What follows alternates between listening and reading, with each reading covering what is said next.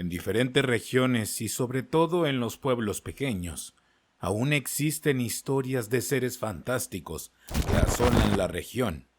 ¿Verdad o leyendas? Estas anécdotas siempre prevalecen dejando un misterio en el aire, como es el caso de nuestra siguiente historia.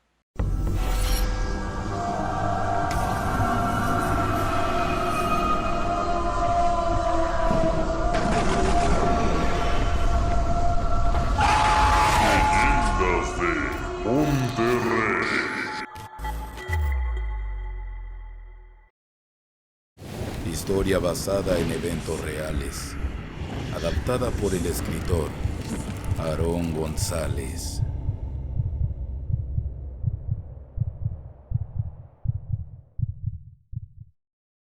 La siguiente historia sucedió en un pueblo de nombre Arturo Martínez Adame. Este lugar se encuentra ubicado en el municipio actual de Gómez Palacio, Durango. Desde los años 70, el paso por este ejido se encuentra en una curva muy peligrosa en la carretera de Tlahualilo, como la conocen los lugareños, o carretera Cartagena. Cabe mencionar que este poblado era y sigue siendo una comunidad de pocos habitantes, donde las creencias en hechos sobrenaturales prevalecen a través de los tiempos. Justo a finales de aquellos años, se desarrollan estos extraños eventos. Juan en sus años mozos fue un hombre muy osado, a nada le temía, al grado que le apodaban Juanito Villa, haciendo alarde y en comparación con el personaje revolucionario cuya valentía lo distinguía. En aquel tiempo, Juan tenía una novia a la cual desde luego quería mucho, la cual vivía a una distancia considerable, pero esto no era impedimento para que con el afán de verla seguido a su amada, el hombre cabalgara su caballo desde el pueblo hasta la comunidad de donde era la mujer que le robaba el sueño. Esto le llevaba alrededor de unos 20 minutos a trote del lugar.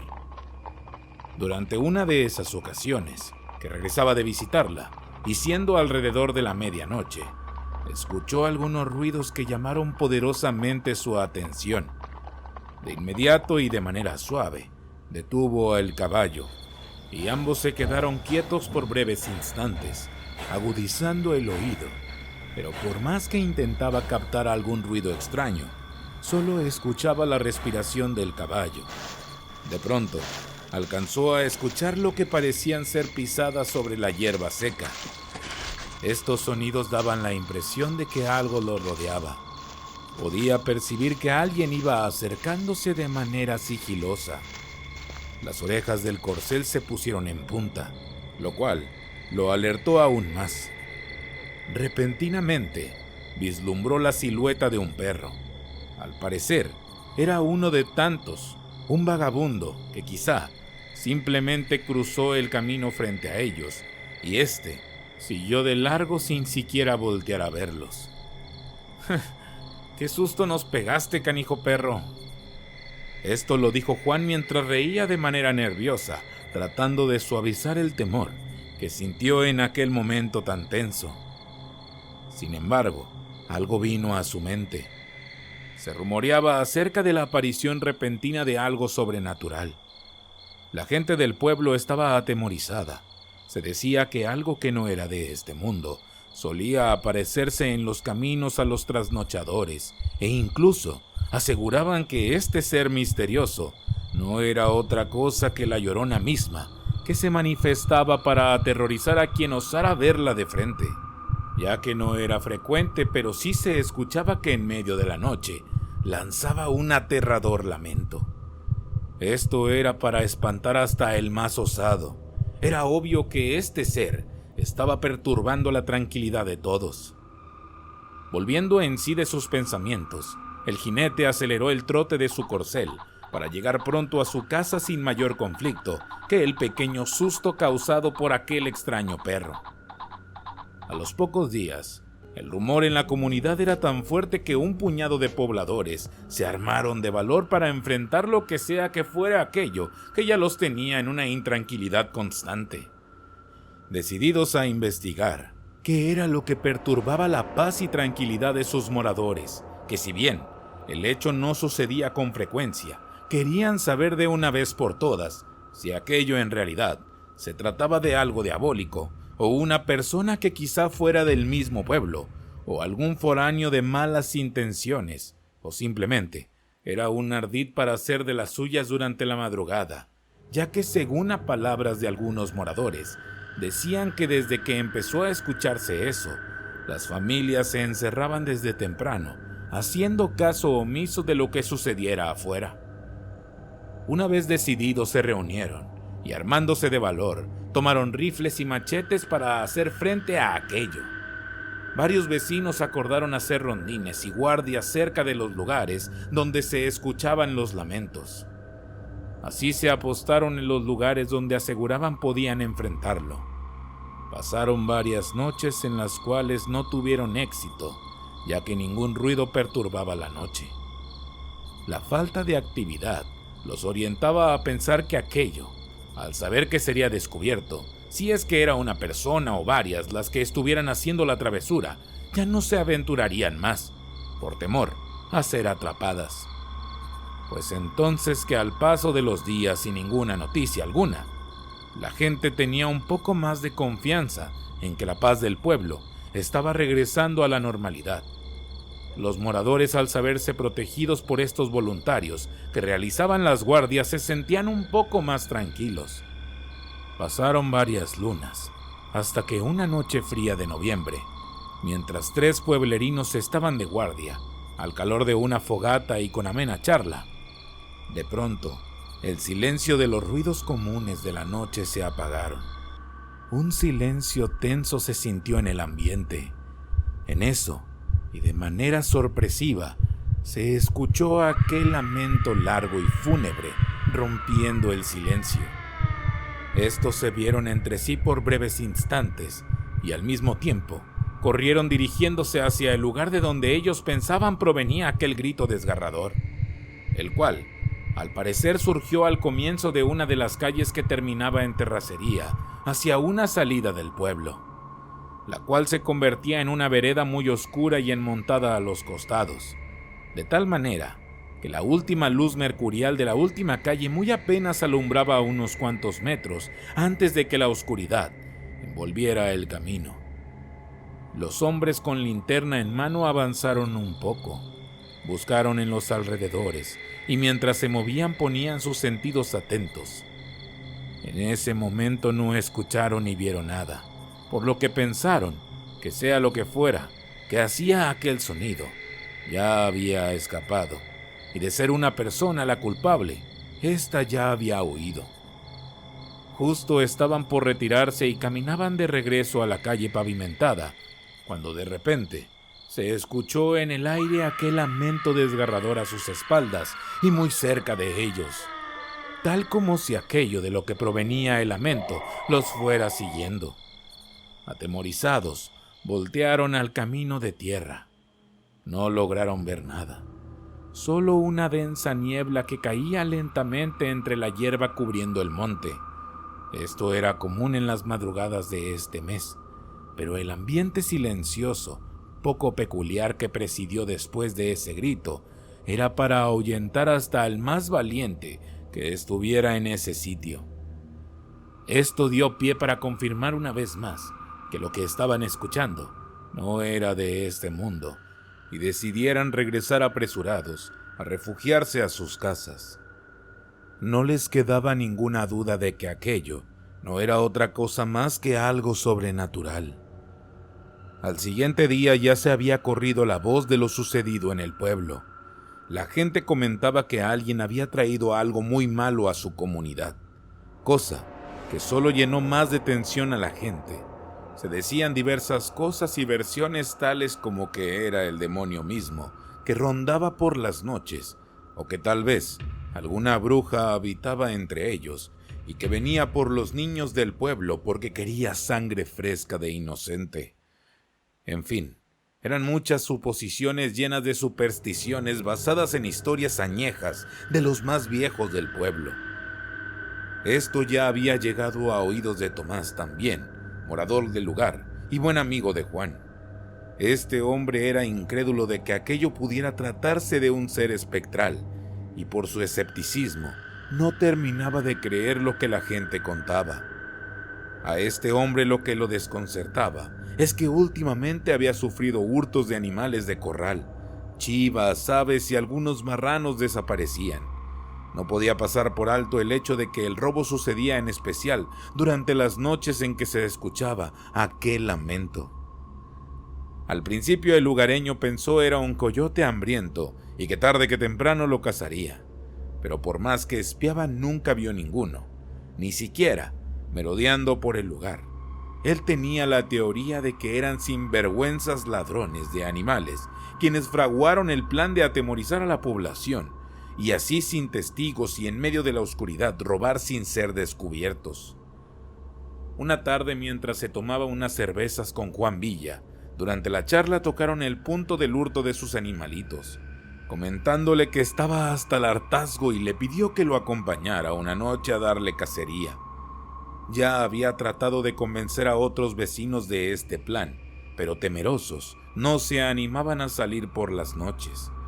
Aunque la gente no le creyera, él estaba dispuesto a demostrarles que aquello de lamento no era más que un ardid y que este era un ladrón que utilizaba esa táctica para poder llevar a cabo sus fechorías. Juan, acostumbrado a los retos, enseguida aceptó, ya que la teoría de su amigo tenía sentido.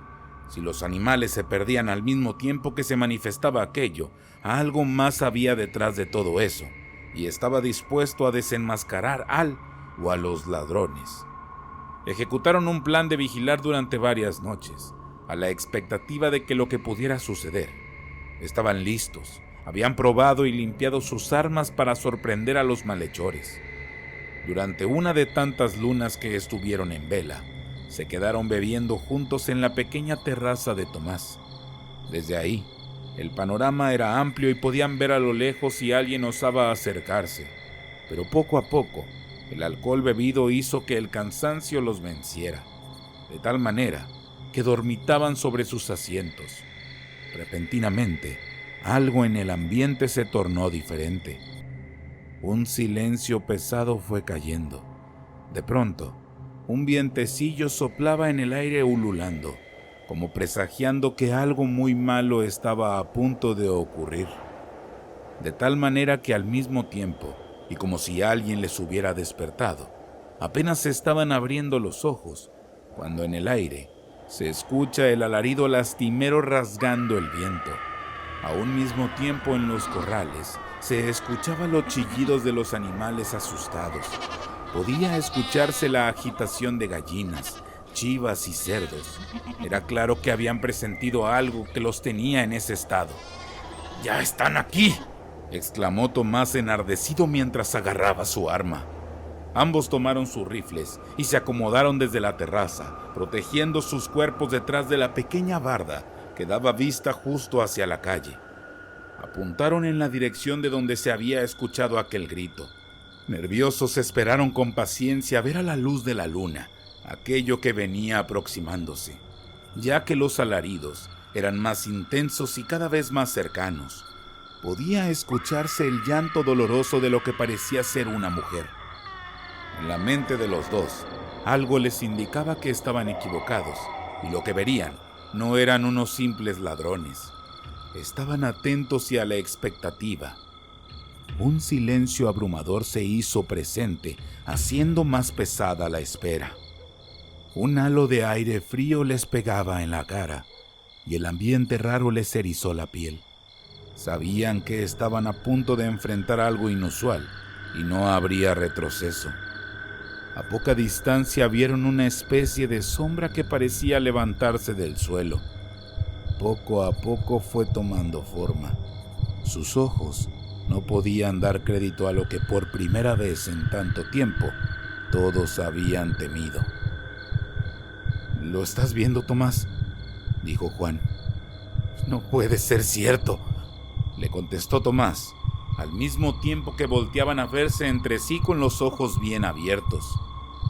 Regresaron sus miradas a aquello, solo para encontrarse con la figura imponente de un enorme perro negro, que estaba a unos cuantos metros cerca de ellos. Su cuerpo lucía flaco, alargado, muy espigado, de piernas muy largas, de tal manera que lo que veían era algo fuera de lo común. Más que patas simulaban garras. El animal los veía fijamente, pelando los colmillos delanteros que sobresalían de un hocico enorme y babeante. Sus ojos destellaban en la oscuridad, como si irradiaran una luz rojiza. Aquel ente los miraba desafiante mientras avanzaba lentamente hacia ellos como cazándolos.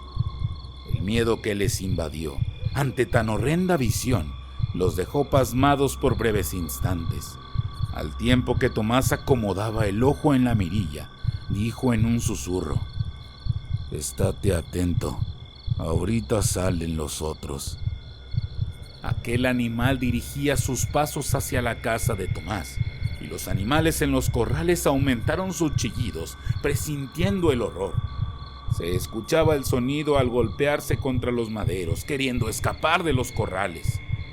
De manera sorpresiva, se escucha nuevamente aquel desgarrador grito que cimbró los oídos de ambos y les puso los pelos de punta. Pero ninguno de los dos hizo por huir.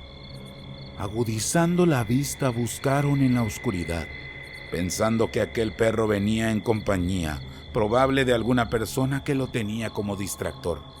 Pero aturdidos y sorprendidos quedaron ellos cuando vieron cómo el perro negro abría su enorme hocico y dejaba escapar aquel terrible alarido. Fue cuando los hombres sintieron aún más miedo. No esperaban tal horror. Las piernas no les respondían y sin soltar el rifle no atinaban a disparar. La bestia siguió avanzando hacia ellos, que aún aturdidos no atinaban a moverse. Solo reaccionaron cuando una de las chivas saltó del corral y al caer al piso, el sonido del golpe seco llamó la atención de aquel perro, que enseguida se lanzó queriendo cazar a la chiva, y fue entonces que Tomás reaccionó y soltó el primer tiro, seguido del tiro de Juan Villa. Todo sucedió en fracción de segundos. El enorme perro negro, al sentirse en peligro y por la velocidad al correr, rodó unos metros sobre el suelo, pero ágil se incorporó de un salto y salió huyendo hacia las parcelas. Los dos hombres, superando su miedo, corrieron rápido tras de él, pero ya era demasiado tarde. Al ver que se había perdido entre el monte, regresaron por unas lámparas para buscar a la chiva. Encontraron manchas de sangre en el piso, con el cual confirmaron que habían logrado herirlo. Siguieron el rastro del goteo de sangre, pero este se perdía entre la maleza. Aturdidos, conmocionados y algo frustrados, decidieron no seguirlo esa noche, debido al peligro que representaba exponerse a aquella bestia que los atrapara en la negrura de la noche. No sabían realmente a qué se enfrentaban y desconocían la madriguera y costumbres nocturnas del animal, así que regresaron a la casa decididos a buscarlo al siguiente día. Sabían que estaba herido y que sería más fácil dar con él. Aún con la adrenalina en su mente por todo lo vivido, se retiraron a tratar de descansar un poco. Entraron a la casa con esta idea, encontrándose de frente a doña Regina, la madre de Tomás, que al escuchar el alboroto en los corrales y los tiros, presintió que algo muy grave pasaba, y temerosa preguntó: «Hijo, volvió esa cosa a rondar afuera. ¿Lo viste?». Era tarde. Tomás quiso ahorrarse explicaciones, solo le dijo: «Duérmase, mamá, mañana le cuento». La mujer, viendo el rostro serio de Tomás, se retiró a descansar. No era hora para interrogar, pensó para sus adentros, ya le contarían. Aún oscura la mañana, al primer canto de los gallos, doña Regina, al fin mujer de pueblo, fue la primera en levantarse, iniciando el día dando de comer a las gallinas y preparando el almuerzo mientras echaba tortillas de maíz recién molido al comal. Una interrogante bullía en su cabeza. Había escuchado en la noche los disparos y temiendo algo malo. En cuanto se levantó Tomás, con firmeza le preguntó: «Hijo, ¿qué está pasando?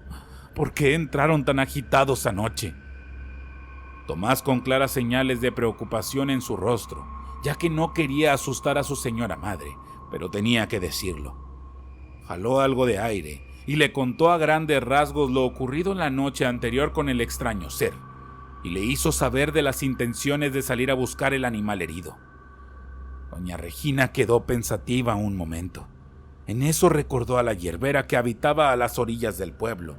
Tenía fama de ser una hechicera poderosa, que curaba a la gente con hierbas y velas, y los lugareños confiaban en ella, ya que tenía un altar con diversos santitos, y mucho se decía de que ella era buena en esos menesteres.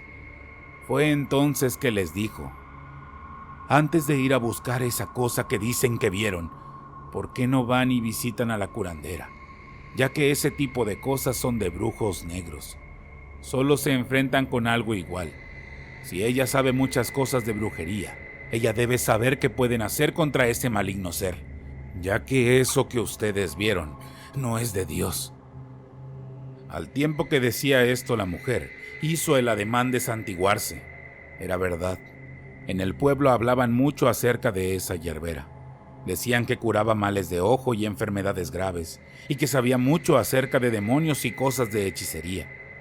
Agregado a esto, ellos sabían en el fondo que lo que vieron no era natural, ni era de este mundo.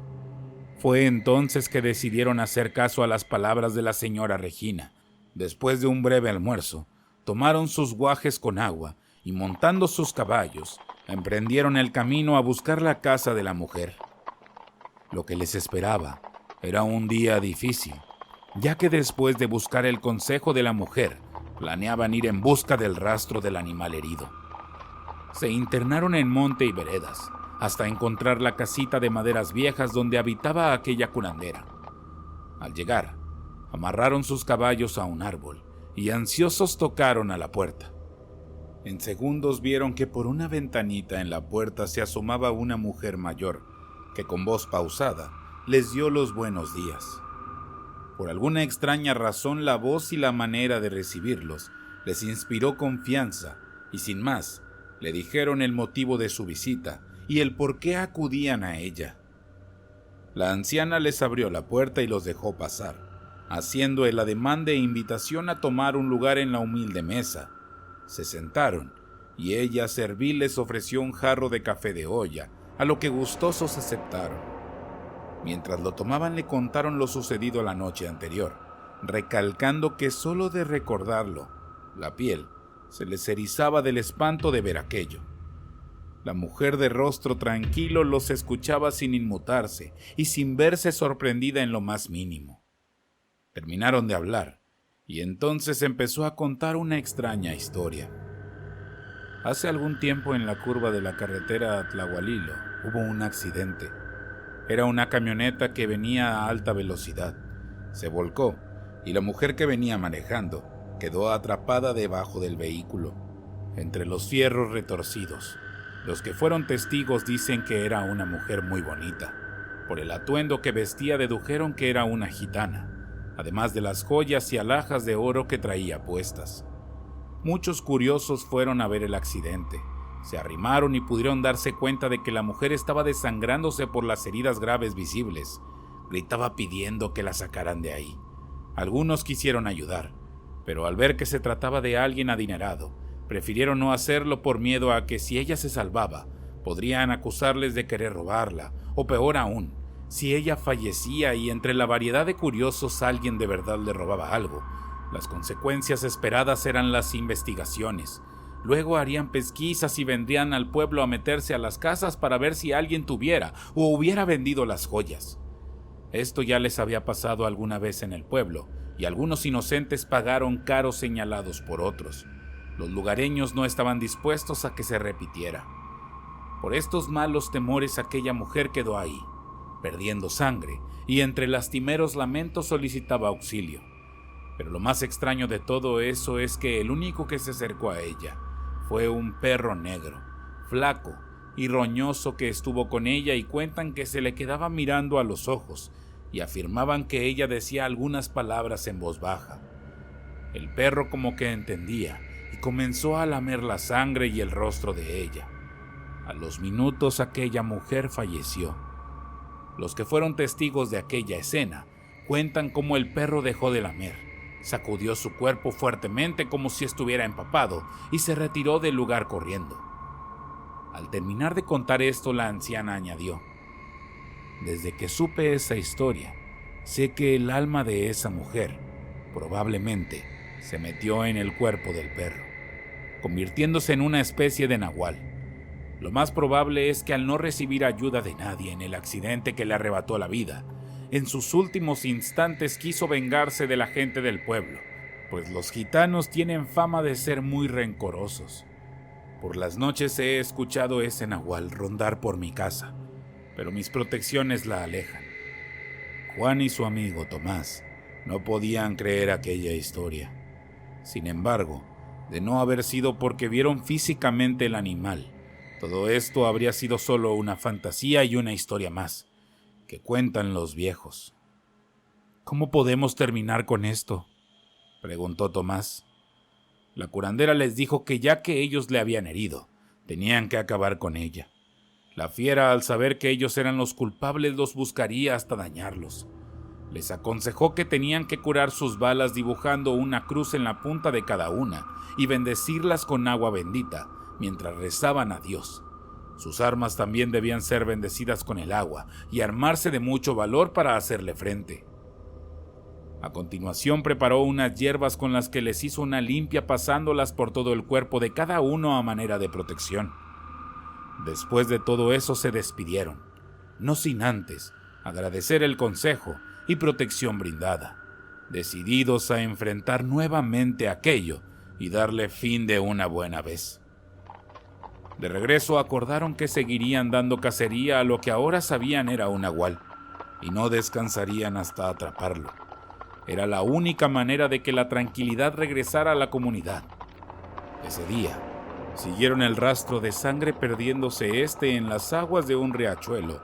Cansados y algo desanimados, regresaron al pueblo. Lograron juntar a lugareños que inicialmente formaron la cuadrilla de vigilancia nocturna, e incluso hicieron partícipe al comisario. Pero los primeros se negaron rotundamente. Ya sospechaban que era algo muy maligno, y ahora que confirmaron lo que era, no se iban a arriesgar más. El representante de la ley no les creyó la historia, y hasta se mofó de ellos, y en son de burla les deseó suerte en su cacería de fantasmas. Viéndose solos, pero sin acobardarse ante lo que venía, decidieron hacerlo como hasta el momento, por su propia cuenta. La anciana les dijo que los buscaría para vengarse, y no querían que esto los agarrara desprevenidos. Tras breve descanso y cayendo la noche empezaron los preparativos. Tomaron las balas previamente con la cruz dibujada y las bendijeron, tal como les aconsejó la anciana, esta vez firmes, aunque con innegable temor. Cada uno se apostó en un punto estratégico en el zaguán de la casa para flanquear y acorralar al animal, y así tener más posibilidades de atraparlo. Esta vez no lo dejarían escapar. La primera noche no pasó nada, pero en la segunda no fue tan larga la espera. Eran alrededor de las 2 de la mañana cuando los animales en los corrales se escuchaban alborotados. Era la señal inequívoca de que estaba cerca el nahual. Enseguida, Tomás le hizo señas con la mano a Juan y se pusieron alerta y a la espera. A lo lejos se escuchó el primer lamento. Ya lo habían escuchado antes, pero ahora por alguna razón inexplicable se escuchaba diferente.